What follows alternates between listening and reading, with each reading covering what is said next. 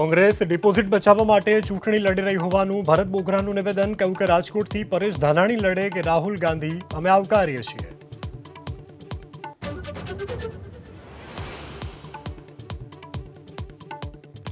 સુરતમાંથી ઝડપાઈ નકલી deputy collector. સોનાના વેપારીને ડેપ્યુટી કલેક્ટર તરીકેની ઓળખ આપી અને લગાવ્યો લાખોનો ચૂનો.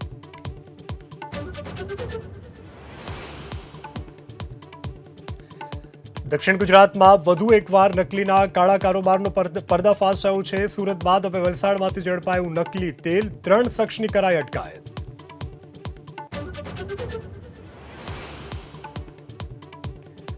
અસમના લખીમપુરથી અમિત શાહે કહ્યું કે કોંગ્રેસે અસમની સાથે કર્યો અન્યાય. ભાજપના રાજ્યમાં ઘૂસણખોરી રોકાય, વિકાસે પકડી રફતાર.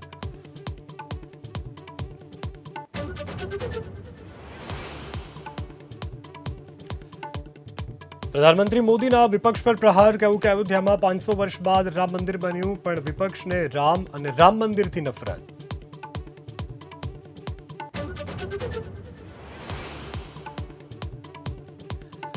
અંગદજાળથી ગરમીના પ્રકોપમાં શેકાયું ગુજરાત. 3 દિવસ કચ્છમાં હીટવેવની આગાહી. સૌરાષ્ટ્રના દરિયાકાંઠાના વિસ્તારમાં અનુભવાશે ઉકળાટ.